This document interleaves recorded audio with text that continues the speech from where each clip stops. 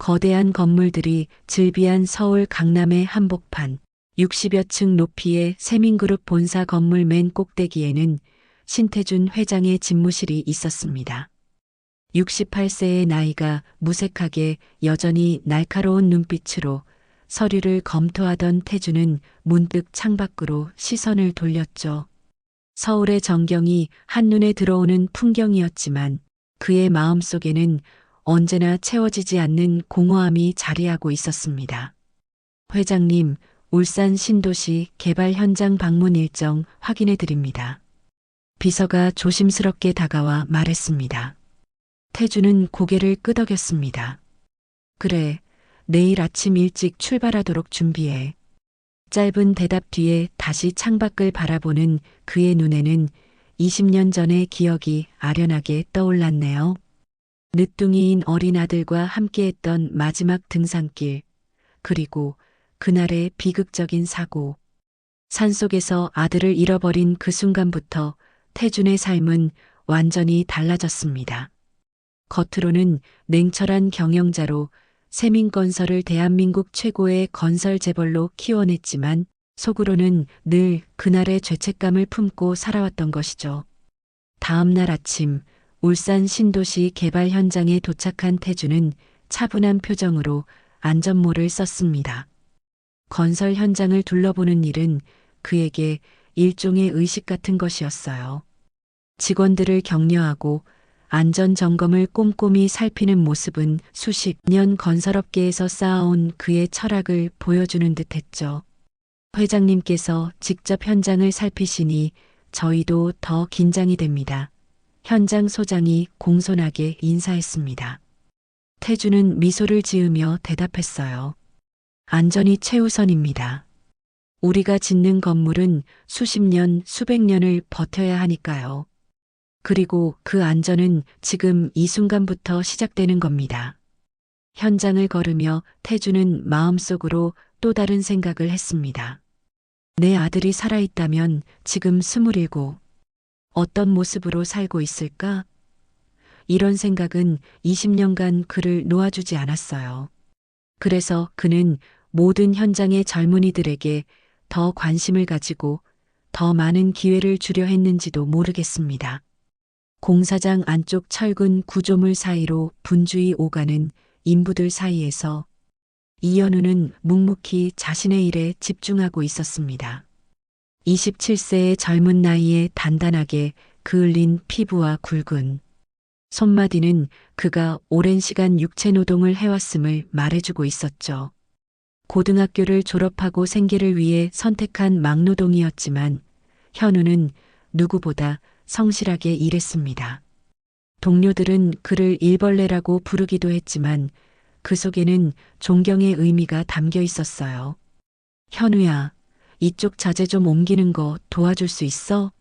같은 팀의 김 반장이 소리쳤습니다. 현우는 망설임 없이 달려갔어요. 네, 반장님. 제가 들어드릴게요. 그의 과거에 대해 아는 사람은 많지 않았습니다. 현우 자신도 어린 시절의 기억은 흐릿했죠. 고아원에서 자란 것, 그리고 18살 이후로는 혼자 세상을 헤쳐나가고 있다는 것. 그게 현우가 알고 있는 전부였어요. 때때로 꿈에서 보는 어렴풋한 이미지들 산속의 풍경, 누군가의 따뜻한 손길이 떠오르기도 했지만 그것이 실제 기억인지 상상인지 구분할 수 없었습니다. 아, 이런. 갑자기 들려온 비명소리에 현우는 고개를 돌렸어요. 옆에서 일하던 신입 인부가 무거운 자재에 발이 끼인 채 쓰러져 있었습니다. 현우는 즉시 달려가 자재를 들어 올리고 동료를 부축했어요. 괜찮으세요? 많이 다치셨어요? 현우의 목소리에는 진심 어린 걱정이 담겨 있었습니다. 다행히 깊게 다친 것 같지는 않네. 고마워. 자네 아니었으면 큰일 날 뻔했어. 동료는 안도의 한숨을 내쉬었죠.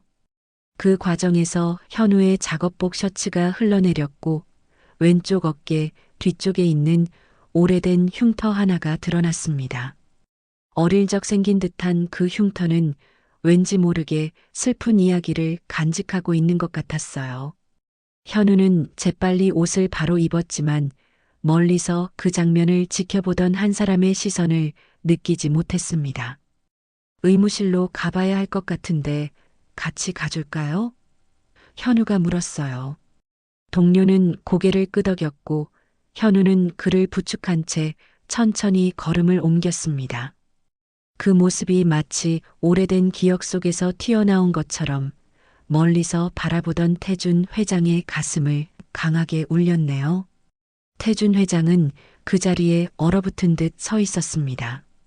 방금 본 그 흉터, 20년 전 함께 등산하다 아들이 미끄러져 생겼던 상처와 정확히 같은 위치였어요. 왼쪽 어깨 뒤쪽, 날카로운 바위에 긁혀서 생긴 듯한 그 흔적은 태준의 가슴 속에 묻어두었던 기억을 단번에 불러일으켰습니다. 회장님, 괜찮으십니까? 옆에 있던 비서가 걱정스럽게 물었습니다. 태준은 천천히 고개를 돌렸죠. 그의 눈에는 혼란과 충격, 그리고 가늘게 떠오르는 희망의 빛이 교차하고 있었습니다. 저 청년 누구지? 방금 동료를 도운 작업자 말씀이십니까? 확인해 보겠습니다. 태준은 고개를 끄덕이며 심호흡을 했어요. 이성적으로 생각해 보면 우연의 일치일 수도 있었습니다. 세상에는 비슷한 상처를 가진 사람이 얼마든지 있을 테니까요. 하지만 그의 직감은 다르게 말하고 있었습니다. 20년간 가슴에 묻어두었던 희망이 다시 꿈틀거리기 시작했네요. 현장 점검은 여기까지 하겠습니다. 나머지는 소장님께서 잘 부탁드립니다. 태주는 갑자기 일정을 바꾸며 말했어요. 현장 소장은 놀란 기색을 감추지 못했지만 더 이상의 질문 없이 고개를 숙였습니다. 네, 회장님. 안전하게 돌아가십시오. 차로 돌아가는 길, 태주는 창밖을 바라보며 과거의 기억 속으로 빠져들었어요. 작은 손을 꼭 잡고 산을 오르던 날, 잠시 한눈을 판 사이 사라져버린 아들, 그리고 며칠, 몇 주, 몇 달, 몇 년을 이어간 절망적인 수색. 경찰은 결국 실종 사건을 미해결로 남겨두었지만 태준의 마음속에서는 단 하루도 그 사건이 종결된 적이 없었습니다. 김 비서, 방금 그 청년에 대한 정보를 최대한 빨리 알아봐주게. 이름, 나이, 출신, 가족관계. 모든 것을 말이야. 네, 회장님. 바로 알아보겠습니다. 태주는 손을 꽉 쥐었습니다. 갑자기 차 안의 공기가 무겁게 느껴졌어요. 20년간 꺼내지 못했던 이름을 속으로 불러봅니다. 신우진, 내 아들. 만약 그 청년이 정말 자신의 아들이라면 그동안 어떤 삶을 살아왔을까요? 고아원에서? 양부모 밑에서? 아니면 거리에서? 생각만 해도 가슴이 미어졌습니다. 차가 서울로 향하는 고속도로에 들어서자 태주는 창가에 이마를 기대었어요. 희망과 불안, 기대와 두려움이 뒤섞인 감정이 그를 휩쓸고 있었습니다. 20년 만에 기적이 일어난 것일까요? 아니면 그저 자신의 간절한 바람이 만들어낸 환상일까요? 이튿날 아침, 태준의 책상 위에는 얇은 서류 한 장이 놓여 있었습니다. 김 비서가 준비한 그 청년의 기본 정보였죠. 이연우, 27세, 고아원 출신. 태준은 천천히 정보를 읽어내려갔습니다. 어린 시절의 기록은 거의 없었어요. 5살 무렵 경상도 지역의 어느 산 근처에서 발견되어 고아원에 맡겨졌다는 간략한 내용만 있을 뿐이었습니다. 5살. 태주는 중얼거렸습니다. 그의 아들이 실종되었을 때가 정확히 5살이었습니다. 시기도 장소도 모두 일치했어요. 이것은 단순한 우연일까요? 더 자세한 조사가 필요해. 태주는 결심했습니다. 김 비서, 그 청년을 만날 수 있도록 자리를 마련해주게. 김 비서는 고개를 끄덕이며 물었습니다. 어떤 명목으로 부르면 좋을까요? 태주는 잠시 생각에 잠겼다가 대답했죠. 안전교육 우수 인력 면담이라고 하면 어떨까? 아니, 그보다는 회사에서 인재 육성 프로그램을 준비 중이라고 하는 게 좋겠어. 그날 오후 태주는 울산 현장 사무실에서 현우를 기다렸습니다. 마음은 이미 격동치고 있었지만 표정은 평소와 다름없이 침착했어요. 문이 열리고 작업복 차림의 현우가 조심스럽게 들어왔습니다. 안녕하세요, 회장님. 저 이현우입니다. 현우는 긴장한 목소리로 인사했어요. 태주는 그의 얼굴을 유심히 살폈습니다. 20년이라는 세월이 흘렀지만 어딘가 모르게 아내와 닮은 눈매, 그리고 자신을 닮은 듯한 광대뼈. 가슴이 쿵쾅거렸지만 태주는 감정을 누르며 차분히 대화를 이어갔어요. 함께 현우 씨, 어제 동료를 도와주는 모습이 인상적이었네. 세민건설은 항상 그런 인재를 찾고 있어. 현우는 쑥스러운 듯 고개를 숙였습니다. 아닙니다. 당연히 해야 할 일을 했을 뿐인데요. 이어지는 대화 속에서 태주는 현우의 과거에 대해 자연스럽게 물었어요. 하지만 현우의 대답은 간결했습니다. 고아원에서 자랐고 특별한 기억은 없다고요. 마침내 태주는 더 이상 참지 못하고 직접 물었습니다. 혹시 어릴 적 큰 사고가 난 기억이 있나? 산에서 떨어졌던. 현우의 표정이 잠시 굳었다가 이내 멍한 눈빛으로 고개를 저었어요. 죄송합니다만 그런 기억은 없습니다. 제가 기억하는 가장 오래된 일은 고아원에서의 일상뿐이에요. 태주는 실망을 감추며 고개를 끄덕였습니다. 하지만 면담이 끝나고 현우가 나간 후 그는 소리 없이 눈물을 흘렸어요. 그리고 결심했습니다. 확실한 증거, 바로 유전자 검사가 필요했죠. 그날 밤 현우는 꿈속에서 모호한 이미지들과 싸우고 있었습니다. 산길, 누군가의 따뜻한 손, 그리고 갑작스러운 추락. 어릴 적부터 가끔씩 꾸던 꿈이었지만 오늘은 유독 선명했어요. 그리고 꿈에서 처음으로 누군가가 그의 이름을 불렀습니다. 하지만 그 이름은 현우가 아니었죠. 태주는 자신의 집무실에 앉아 창밖을 바라보았습니다. 마음속에서는 확신이 들었지만 객관적인 증거가 필요했죠. 그는 비서를 불러 조용히 지시했습니다. 내일 현우 씨에게 건강검진을 제안하게. 회사에서 우수 인력에게 제공하는 특별복지라고 설명하고, 그리고 그 검사에 유전자 검사도 포함되도록 준비해. 다음 날 현우는 회사에서 제안한 건강검진을 의아해하면서도 감사히 받아들였습니다. 그에게는 평소 접하기 어려운 혜택이었으니까요. 검진 과정에서 채취된 유전자 샘플은 비밀리에 태준의 샘플과 함께 검사실로 보내졌습니다. 결과가 나오기까지 얼마나 걸릴까요? 태준이 담당 의사에게 물었어요. 긴급으로 처리해 드리겠습니다. 3일 정도 소요될 겁니다. 그 3일은 태준에게 30년처럼 느껴졌습니다. 밤마다 그는 오래된 가족 앨범을 꺼내 어린 아들의 사진을 바라보았어요. 5살 우진의 웃는 얼굴, 크리스마스 트리 앞에서 찍은 가족 사진, 그리고 실종 직전에 찍은 등산 사진까지. 그때 그가 아들의 손을 꼭 잡고 있었더라면 하는 후회가 여전히 그를 괴롭혔습니다. 마침내 3일 후 태준의 책상 위에 검사 결과가 도착했어요. 봉투를 여는 그의 손이 미세하게 떨렸습니다. 결과를 읽는 순간 태준의 눈에서는 뜨거운 눈물이 흘러내렸죠. 친자 확률 99.9%. 과학적 증거가 그의 직감을 확인해 주었습니다. 이현우는 실종된 그의 아들 신우진이었어요. 그날 밤 태주는 혼자 자택 테라스에서 술잔을 기울였습니다. 별이 가득한 하늘을 바라보며 그는 떨리는 목소리로 중얼거렸어요. 내가 너를 내 손으로 잃고도 다시 찾게 될 줄은. 감정이 북받쳐 더 이상 말을 잇지 못했습니다. 이제 어떻게 현우에게 다가가야 할까요?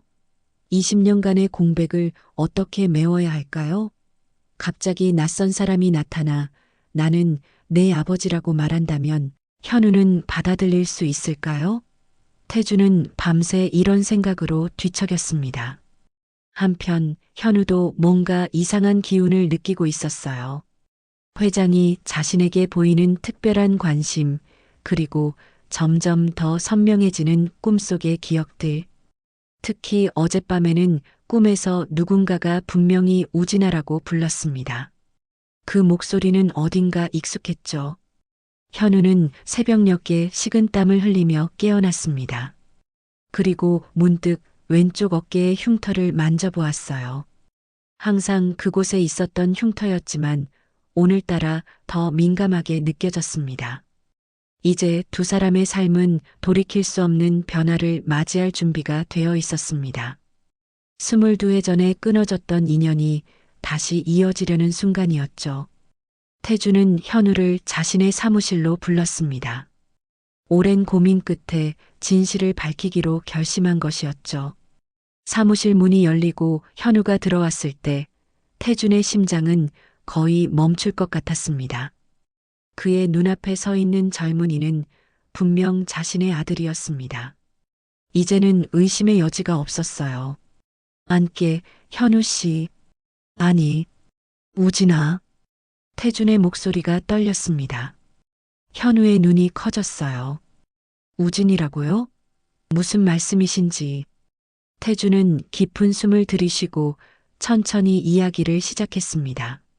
22해 전 등산 중 잃어버린 5살 아들, 끝없는 수색과 절망의 나날들, 그리고 이제 기적처럼 다시 만난 인연까지. 이야기를 들으며 현우의 표정은 의심, 혼란, 그리고 충격으로 변해갔습니다. 저는 당신을 전혀 기억하지 못합니다. 갑자기 나타나서 아버지라니. 저는 부모 없이 자라왔는데. 현우는 당황스러움을 감추지 못했어요. 태주는 고개를 끄덕였습니다. 내 마음을 이해해. 급작스러운 이야기에 혼란스러울 거야. 하지만 유전자 검사 결과도 있어. 우리는 혈연 관계야. 그게 사실이라면 왜 이제야 절 찾으셨습니까? 22해나 지났는데. 현우의 목소리에는 오랜 세월 쌓인 외로움과 상처가 묻어났습니다. 태준의 눈에서 눈물이 흘렀어요. 단 하루도 널 찾는 일을 멈춘 적이 없단다. 매년 같은 날 내 실종 포스터를 새로 인쇄해서 전국에 붙였어. 경찰은 포기했지만 나는 포기할 수 없었어. 태준은 서랍에서 낡은 앨범을 꺼내 보여주었습니다. 그 안에는 어린 우진의 사진들, 그리고 해마다 업데이트된 실종 포스터가 차곡차곡 보관되어 있었어요. 현우는 말없이 앨범을 넘겼습니다. 어릴 적 자신의 모습이 낯설면서도 이상하게 친숙했죠. 그리고 이건 내가 잠들기 전 항상 불러달라고 했던 자장가야.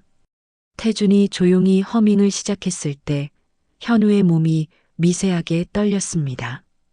그 멜로디는 분명 꿈에서 들었던 것과 같았어요. 시간이 흐르면서 현우의 마음에는 조금씩 변화가 일어났습니다. 처음에는 거부감과 혼란이 가득했지만 태준이 보여주는 진심과 증거들 앞에서 그의 마음의 벽이 서서히 무너져갔죠. 저는 시간이 필요합니다.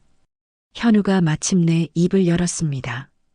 갑자기 제 인생이 뒤바뀐 것 같아서요. 하지만 한 가지는 알게 되었습니다. 누군가가 정말 저를 찾고 있었다는 사실을. 태주는 묵묵히 고개를 끄덕였어요. 그는 아들에게 시간을 주기로 했습니다. 20년을 기다렸는데 조금 더 기다릴 수 있었죠.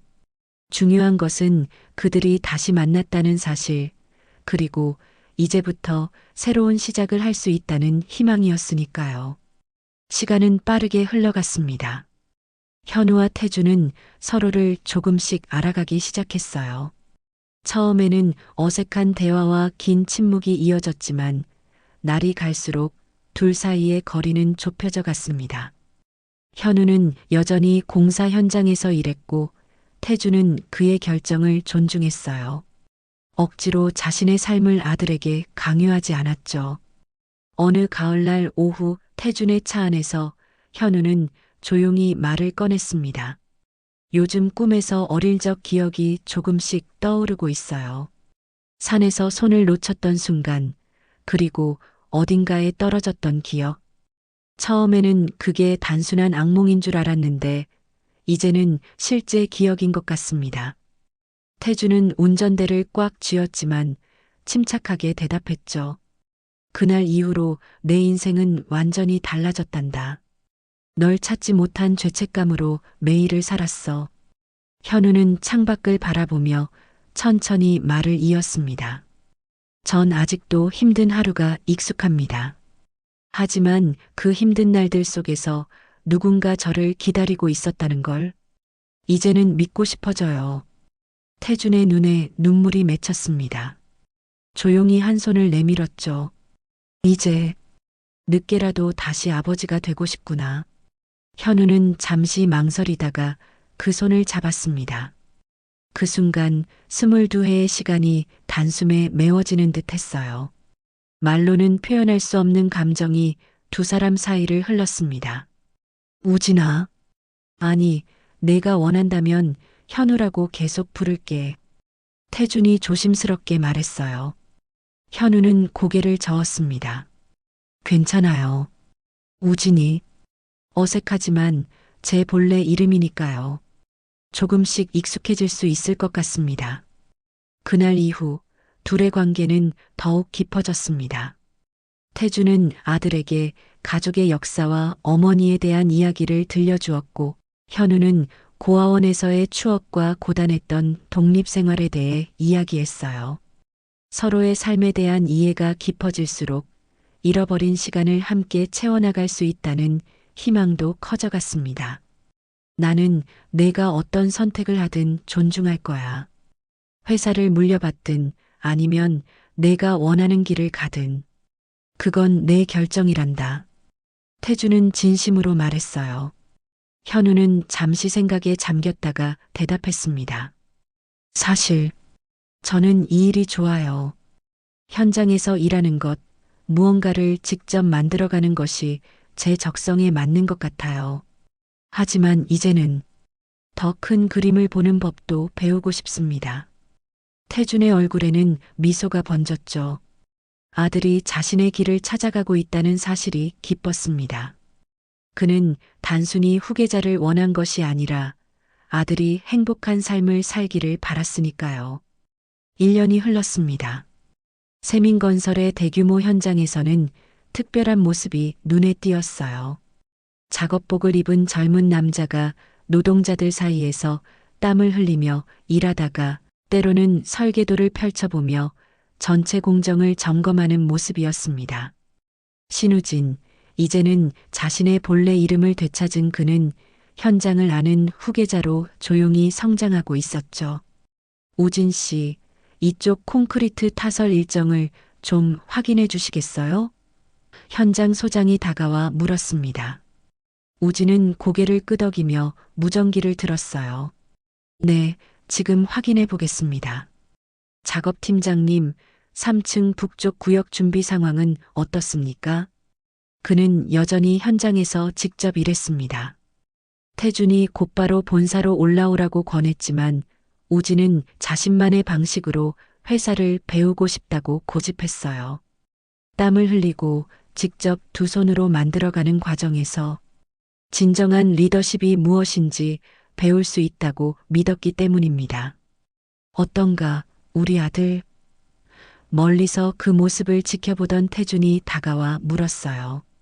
우진은 미소를 지었습니다. 생각보다 복잡한 일이네요. 하지만 재미있습니다. 사람들과 함께 무언가를 만들어가는 것, 그리고 그 결과물이 오랫동안 남는다는 것. 태주는 아들의 어깨를 가볍게 두드렸습니다. 1년 전만 해도 상상할 수 없었던 순간이었죠.